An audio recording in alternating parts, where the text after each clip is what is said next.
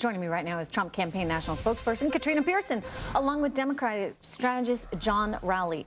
You know, Katrina, it seems as we look at those emails there that if nothing else, there was a recognition by the Clinton camp that the Clinton global initiative was tainted in some way, that there were problems, that they recognized, in fact, this conflict of interest, so much so that they needed to start to change things should she become president, correct?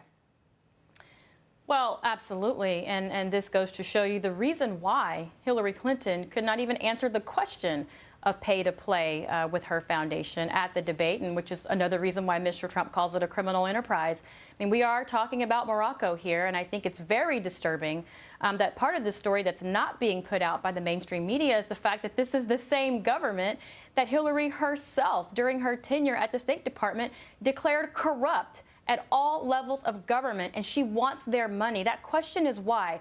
But I think the most disturbing part of this is that she also authorized during her tenure of giving this government, a company for this government, 92 million United States tax-paid dollars. Wow. This is absolutely absurd, and this is what the Trump campaign is all about. You know, John, if she had called this government corrupt, why on earth is she willing to do business with it after the fact to collect money for this charity? I mean, this is the 14th WikiLeaks leak, and we haven't really had any major smoking gun that proved Hillary Clinton did anything. It's a lot of she might have, she could have, she maybe did, and it's really a lot of communications between her aides. And I mean, the Clinton Global Initiative. You're not answering my question, John, which is, sure. You know, here she is. She having, as Katrina pointed out, she called this government of Morocco corrupt while Secretary of State. You know, clearly we know Saudi Arabia doesn't treat women the way women should be treated, and yet the Clintons are willing to take all this money from these countries that, you know, frankly, really don't abide by the same human rights standards as we do. Why? But what's 1,000% proven? I mean, as Secretary of State, she has to meet with, interact with a lot of different people that maybe doesn't rise to the level of the president. Yeah, but this is different. And this is the foundation. The foundation is taking money from these countries that, again, violate human rights. So why do that? Why take that money? Well, and they've already announced that there are going to be reforms if she's president, and they're going to operate differently. President Clinton's going to be involved differently. It feels a little late. I mean, Katrina, if you know you're running for president, for goodness sakes, wouldn't you try and get your house in order beforehand? Well, they are. Look, well, that's what Michelle Obama said back in 2008. Yeah, that's what Michelle Obama said back in 2008. If she can't get her own house in order, how is she going to run the White House? There are a lot more damaging and demeaning things being tweeted. 30,000 emails were deleted. Okay, you know, I there was a reason why. Let me turn to another topic. 30,000 emails were deleted because that is the evidence.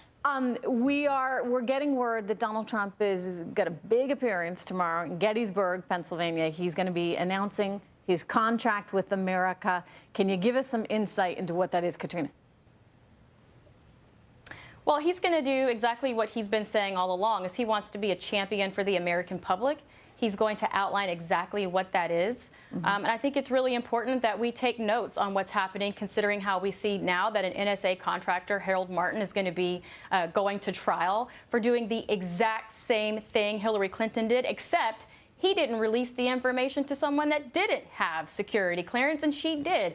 This is very important moving forward, and the reason why my colleague over there says there's been no evidence Hillary Clinton did anything wrong, well, there are smoking guns in WikiLeaks. It's just that the mainstream media is choosing to focus on personalities, not policy. Oh, man. John, what are you saying in response? Well, 500 days into the campaign, Donald Trump is going to come with some substance, you know, not a moment too late. I mean, and so, I mean, he's way behind the curve, and there's an old Harry Truman saying, if you can't convince them, confuse them. And I think that's why he wants to talk about anything except for up to this point policy, anything except for sexual assault of women or any sort of contrition around that issue. That'd be the media, he's not talked Mr. about Trump. a lot of policy. I mean, we've gotten a tax plan from him actually far before anybody else, including her. We watched the debate. We saw no substance. A tax plan, a border plan, an economy plan, a jobs plan. It's all Those are all there. policy issues. But that said, it is important in this final stretch that he stick to the policy, because that's what people are going to be deciding on at the end of the day. Thank you so much. Good to see you both. Thank you very much. Thanks. John and Katrina.